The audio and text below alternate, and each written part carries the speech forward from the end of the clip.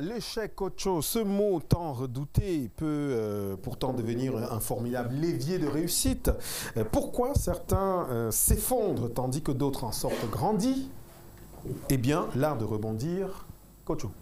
Tout à fait. Il faut savoir que je veux partager 6 astuces pour savoir comment rebondir après un échec. D'abord, il faut changer de regard sur le mot échec. Il faut se dire que l'échec est une opportunité d'apprentissage. Donc, au lieu de dire j'ai échoué, il faut dire j'ai appris quelque chose. Et en deux, il faut analyser de fond en comble et identifier la source de l'échec. Pourquoi? Parce que chaque fois qu'on s'attaque aux conséquences et non aux causes réelles, on passe à côté. C'est comme, imaginez dans un village, on récompense chaque fois le meilleur sapeur-pompier qui éteint le feu. La question qu'on doit se poser pour résoudre le problème, c'est pourquoi il y a le feu? Ce n'est pas de récompenser le sapeur, parce qu'on peut brûler pour passer pour héros. Donc, c'est quoi?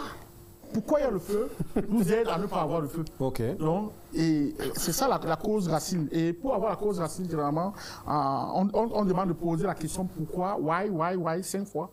Et vous trouvez la vraie cause. Pourquoi? Parce que si vous avez une réponse, ne vous contentez pas de la première réponse. Prenez cette réponse et dites pourquoi. Et si vous avez une autre réponse, pourquoi? Généralement, vers la 3e, 4e, 5e, vous aurez la cause racine. Et quand vous avez la cause racine, c'est là où vous adressez véritablement le problème pour pouvoir inventer ou créer une solution qui sert à la situation.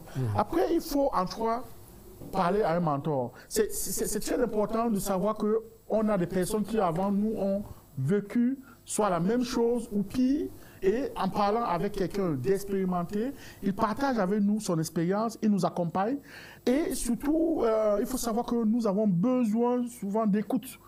Et le fait de s'exprimer permet de nous libérer mentalement, psychologiquement, et de pouvoir être plus serein et apte à regarder les choses en face. Et en 4, il faut redéfinir ses objectifs.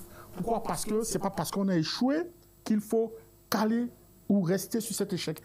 Regarder les choses en face nous permet de nous réinventer, de faire preuve d'agilité, de se dire pourquoi pas, comment faire autrement. Et en nous réinventant, en faisant preuve d'agilité, on réussit à trouver de nouvelles solutions. Et surtout, la meilleure façon de rebondir, tous ceux qui ont appris à nager le savent, dès que vous buvez la première tasse d'eau, ne sortez pas de l'eau. Continuez, parce que c'est en apprenant, en buvant les tasses, qu'on apprend à nager. Ceux qui, dès qu'ils ont bu une tasse, ont fui, ne savent pas nager jusqu'aujourd'hui. Donc, je dis, oui, c'est dur, mais il faut plonger, passer à l'action. Parce que seule l'action transforme notre vie et de façon durable. Merci, Kocho.